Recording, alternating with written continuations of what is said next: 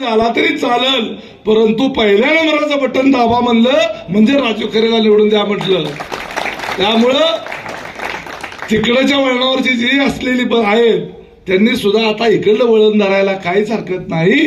त्यामुळं हा प्रवाह जो आहे हा प्रवाह मोठा करा. आज विकास कामाच्या गोष्टी करतात, 3-3 हजार कोटी रुपये आणले म्हणतात, आणि आता अजितदादाच्या भाषणात 100% मागणी केली असेल त्याने आज की दादा आमच्या भीमा नदीवर आणि सिना नदीवर बॅरेज बंधारे झाले पाहिजेत. अरे 30 वर्ष तू आमदार होता काय गोट्या खेळत होता का? मगाशी कोण तर म्हणलं हुलगं खात होता का?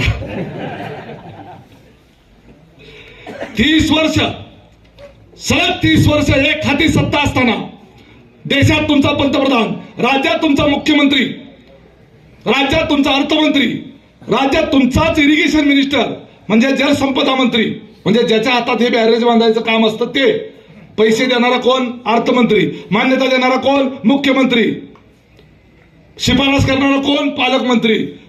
पालकमंत्री तुमचा, आमदार तू स्वतः असताना, पालकमंत्री तुमचा, मंत्री तुमचा, मुख्यमंत्री पण तुमचा, पंतप्रधान देशाचा तुमचा असताना 30 वर्षामध्ये तुम्हाला भीमा आणि सिना नदीवरचे बॅरेज बंधारे बांधता आले नाहीत का? त्यावेळेला या नद्या नव्हत्या का नद्याचा उगम काल परवा झाला यशवंत मानेच्या काळात.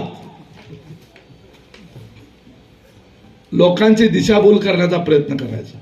आमच्या भागात येतो आता म्हणाला सिना भोगावती जोड कालवा झाला पाहिजे. तुला कुणी अडवलं होतं करायला इतके दिवस?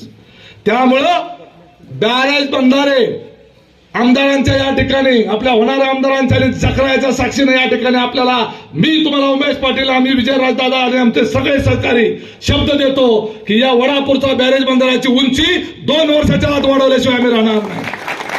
ज्या ज्या ठिकाणी या मोहोळ तालुक्यामध्ये सिना भोगावती असेल किंवा भीमा नदी असेल, जिथं जिथं बॅरेज बंधारे बांधण्याच्या करता साईट उपलब्ध असेल त्या ठिकाणी पुढच्या 3 वर्षाच्या आत, काल जयंत पाटलांनी देखील सांगितलं, 3 वर्षाच्या आत ते बॅरेज बंधारे आम्ही बांधून देणार म्हणजे देणारच. आणि जर सगळ्यात पहिलं काम कुठलं जर केलं जाईल, तुमच्या भागामध्ये जे आता सगळ्यात जास्त मणक्याचे पेशंट आहेत, इथून पुढं मणक्याचा दवाखाना बंद करणार. यापुढं मणक्याचा पेशंट होणार नाही, यापुढं मणक्यावर गोळी खायची वेळ येणार नाही. या भागातले रस्ते पहिल्या प्राधान्यानं फक्त मोजूनच 6 महिने तुम्ही फक्त राजू खरे यांना प्रचंड मताने निवडून द्या. मोजूनच 6 महिन्यामध्ये या जकराच्या परिसरातले सगळेचे सगळे रस्ते जे आहेत पूर्णपणे एकदम ताकदीनं डांबरीकरण, सिमेंट काँक्रीटचे रस्ते केले जातील.